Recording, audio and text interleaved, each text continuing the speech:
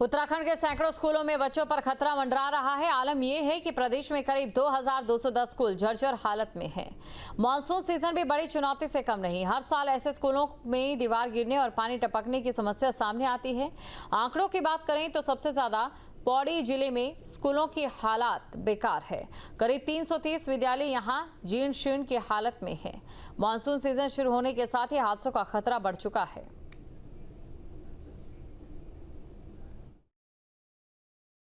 देखिए, विद्यार्थियों की सुरक्षा सबका दायित्व है और हम समग्र शिक्षा में, जो कि एक भारत सरकार और राज्य सरकार का एक संयुक्त कार्यक्रम है और विभागीय मद भी होते हैं रिपेयर्स और बिल्डिंग कंस्ट्रक्शन के लिए।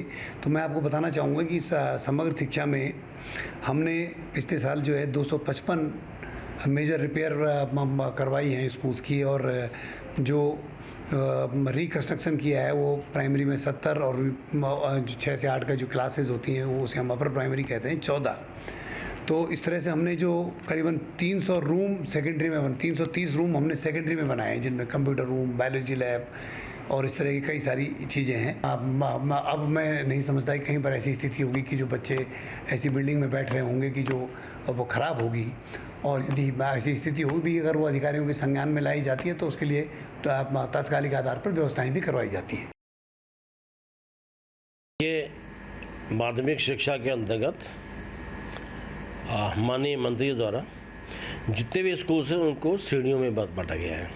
A, B, C, D श्रेणियों में। D श्रेणी वो स्कूल हैं जिनकी बिल्डिंग बहुत ज़्यादा ख़राब है। ऐसी संख्या केवल 18 माध्यमिक शिक्षा में है और इनके लिए इनकी DPR बन के इसमें 6 विद्यालयों के लिए पैसा भी जा चुका है नई बिल्डिंग बनने के लिए, और स्पष्ट निर्देश किए गए हैं कि मानसून सीजन आ रहा है तो किसी भी बच्चे को कोई भी क्लास ऐसी जगह न लगाई जाए जहां पर कि पहले से बिल्डिंग जर्जर हालत में है।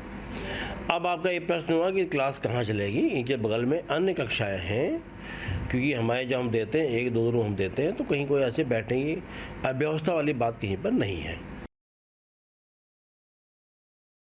पूरे राज्य में 2000 से भी ज़्यादा स्कूल जो माध्यमिक शिक्षा या स्कूलिंग एजुकेशन के अंतर्गत आते हैं वो भी अभी भी जीर्ण शीर्ण हालत में पड़े हैं। आपने पिछले कई सालों में कई बार इस तरह की घटनाएं सुनी होगी कि मानसून के समय या तो स्कूल की दीवार गिर गई या पुस्ता गिर गया या छत गिर गई। तो बहुत सारी चीज़ें ऐसी हैं। बागेश्वर में एक समय कपकोट में कई साल पहले एक बड़ा हादसा हुआ था जिसमें कई बच्चों की मृत्यु भी हो गई थी। ऐसे तमाम हादसे मानसून के समय होते हैं और बेतहाशा खर्च होता है, बड़ा बजट बनता है, लेकिन अभी भी 2000 के आसपास स्कूल जीर्ण शीर्ण अवस्था में बताए जा रहे हैं। हालांकि शिक्षा विभाग का दावा है कि वो उन पर, उनके मरम्मतीकरण पर, उनके रिनोवेशन पर और उनका क्या क्या कायाकल्प हो सकता है उस पर सब पर काम चल रहा है और मानसून में ऐसी कोई स्थिति पनपने नहीं दी जाएगी। अपने सहयोगी कैमरामैन सोनी कुमार के साथ न्यूज स्टेट के लिए देहरादून से अजीत सिंह राठी। जहाँ भक्ति है हर शब्द में, कथाओं में छिपे हैं दिव्य रहस्य और ज्योतिष देता है जीवन को दिशा। धर्म से जुड़ी हर बातों को जानने के लिए हमारे चैनल स्तुति को सब्सक्राइब करें। चैनल पर जाने के लिए इस लिंक पर क्लिक करें।